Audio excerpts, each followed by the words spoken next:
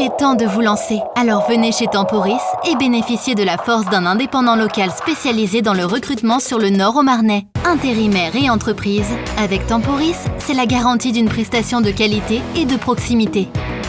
Choisir l'humain au cœur de nos préoccupations, c'est satisfaire vos ambitions pour une meilleure évolution. Temporis, l'emploi nouvelle génération.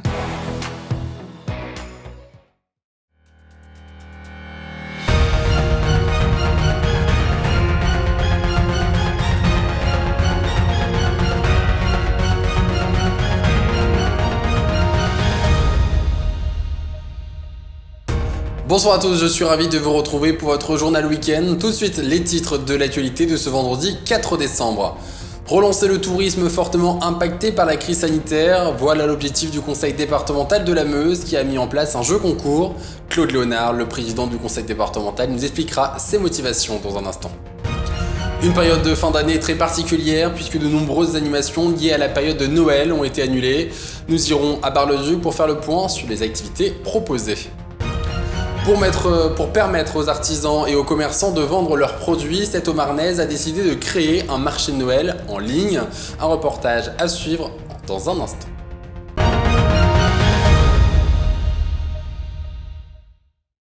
Mais avant d'approfondir ces titres, comme chaque soir, faisons un point sur l'évolution de la crise sanitaire. D'abord, voyons les hospitalisations.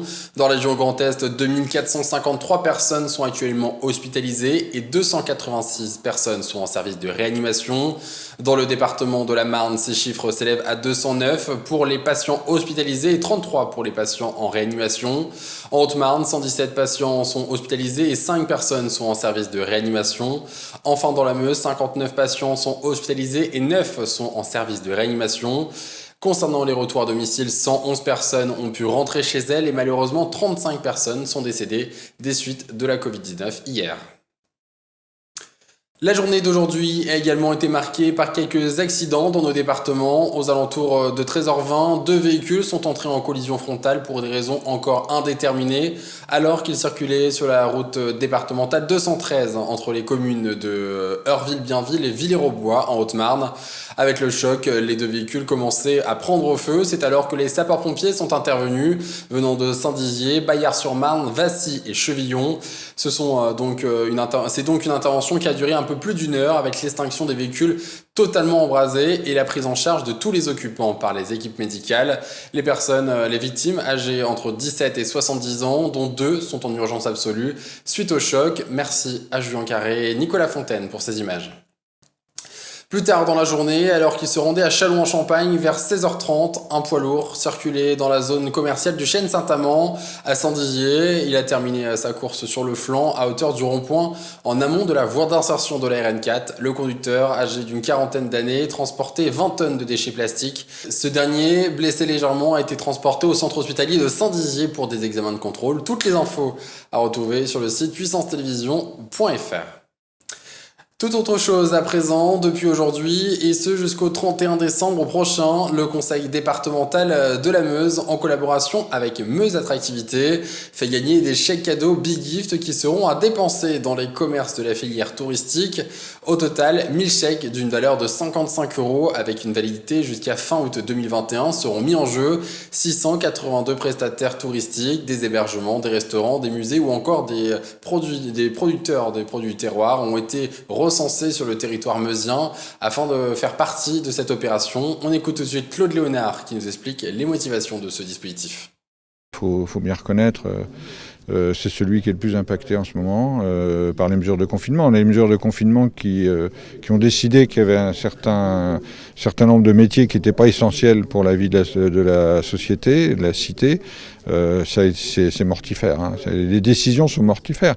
Moi, je vous donne, alors évidemment que les chèques ne vont pas sauver la vie, hein, mais je vous donne juste l'exemple d'un déficit qu'on peut accumuler dans un établissement public de musée. C'est le mémorial musée de Verdun, de la bataille de Verdun, où normalement on a 130 à 140 000 visiteurs par an, et cette année on n'en aura que 40 000. Donc avec un prix moyen, le prix d'entrée et puis d'à peu près 10 € par personne, donc il nous manque 1 million d'euros, quoi. C'est pas plus compliqué que ça. Et le déficit cette année va être de 700 000 €. Comme chaque année dans notre territoire, le premier week-end de décembre est marqué par la venue du fameux Saint-Nicolas, une présence qui signifie le début des festivités. Malheureusement, cette année, dû à la crise de la Covid-19, il ne pourra pas se rendre à Bar-le-Duc. Une grande déception pour les Barrésiens, mais la municipalité a repensé les activités afin de redonner du baume au cœur aux habitants. Un reportage commenté par Manon Defontis.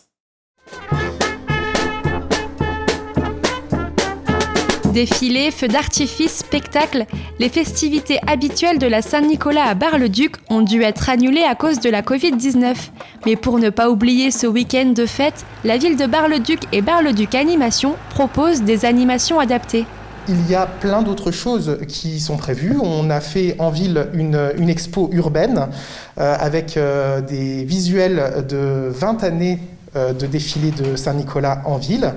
On a aussi le concours de dessin qui est traditionnellement fait par Bar-le-Duc Animation. Et puis Saint-Nicolas passera aussi dans les écoles et il y aura aussi Saint-Nicolas à la fenêtre de la mairie. Donc si vous vous promenez devant l'hôtel de ville parisien en ce week-end de Saint-Nicolas, peut-être l'apercevrez-vous par la fenêtre. D'ailleurs, il serait ravi de voir les enfants. Je sais que les enfants pensent très souvent à moi. Et moi, il en est de même. Mais au lieu de me voir, les enfants me voient dans leur cœur. Saint-Nicolas espère pouvoir revenir l'année prochaine pour défiler sur son char. Lui et le père Fouettard sont déjà en pleine préparation des futures festivités. Un marché de Noël confiné, voilà ce que propose cette Haut-Marnaise, habitant à Chancenay, non loin de Saint-Dizier. En effet, à cause de la crise sanitaire, certaines manifestations ont été interdites pour éviter tout rassemblement. Elle s'est donc tournée vers la technologie et a décidé de créer un marché de Noël virtuel. Regardez ce reportage signé Mathilde Lorrain.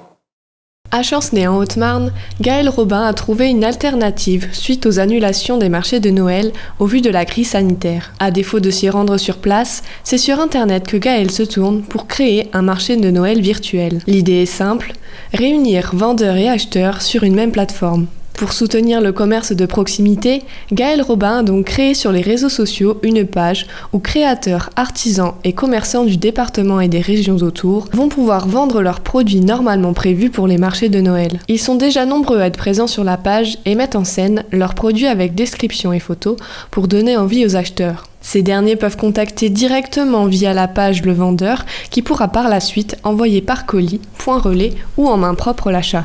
Il y a quelques temps, j'ai remarqué à cause du Covid-19 que tout ce qui était marché de Noël, salon était annulé.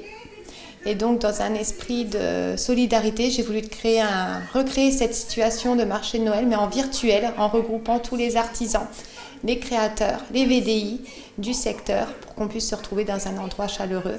Chaque personne, le public, il peut venir sur la page et fait le tour des publications qu'on met, des pubs et tout ça. Moi, j'ai listé toutes les personnes qui sont intervenantes et c'est des échanges soit directement sur la page ou alors en message privé.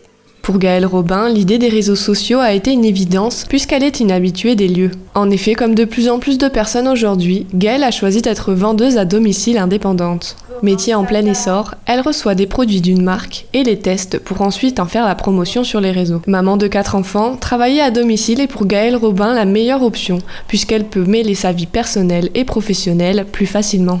Attachée à l'ambiance festive des fêtes de fin d'année, pour Gaëlle, il était important de perpétuer la tradition des marchés de Noël. Je sais que moi personnellement, mes enfants, ils aiment bien avoir des petits cadeaux personnalisés, des petites choses qu'on ne trouve pas ailleurs que sur un marché de Noël.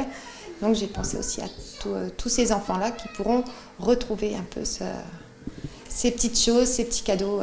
On a entre 40 et 50 artisans professionnels, créateurs et aussi VDI.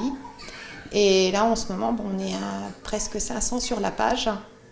Et ça commence à avoir des échanges. On voit qu'on arrive en décembre, on voit qu'on arrive que ça bouge. Voilà, il y a même des tombolas qui se mettent en route, des petits jeux.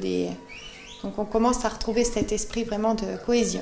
Pour l'instant, le bilan est plutôt positif. De plus en plus de personnes rejoignent la page du marché de Noël virtuel. Par cette initiative, Gaël Robin appelle au soutien de tous pour faire vivre la magie de Noël cette année, mais autrement.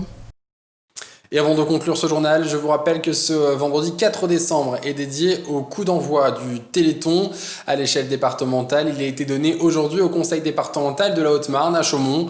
Une occasion pour le département de reconduire leur partenariat en offrant un chèque de 1 500 €. Écoutez tout cela. Le lancement du Téléthon, il s'était toujours fait ici avec Paul Flammarion et qu'on avait à cœur d'abord de lui rendre hommage et ensuite de poursuivre dans la même tradition ce lancement. Une forme d'inquiétude parce que le Téléthon avait pris beaucoup d'importance partout dans toutes les communes, y compris dans les petits villages. C'était aussi un moment de solidarité, de convivialité que malheureusement il n'y aura pas cette année. Par contre, il y a des initiatives qui ont été lancées par les réseaux sociaux, etc. Donc, pourquoi pas espérer pour l'avenir une complémentarité entre les deux. Mais je pense très sincèrement et malheureusement que cette année, on va perdre tous ces petits dons qui étaient liés justement à ces rassemblements festifs et conviviaux, buvettes, lâcher de ballons, vente de gaufres, etc. Et c'était tous ces petits euros qui finissaient par faire des sommes intéressantes. Possibilité, c'est les dons, appel aux dons, le 3637, le site internet téléthon.fr, les urnes, les bulletins de dons qu'on trouve dans certains villages, ils ont distribué des bulletins de dons. C'est la seule solution, mais il faut donner, parce que là, on est à un moment où la recherche médicale fait d'énormes progrès. La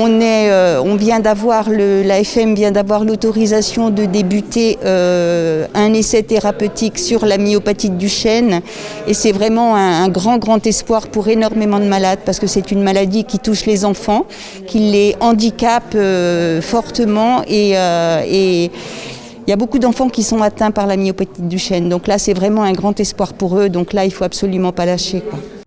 A noter également que si vous souhaitez faire un don, vous pouvez le faire dès maintenant au 3637 ou bien sur téléthon.fr. C'est la fin de cette édition de journal. Merci de votre fidélité. Excellent week-end à tous. Toute l'actualité qui vous concerne, à voir ou à revoir, dès maintenant sur puissancetélévision.fr et sur notre application mobile.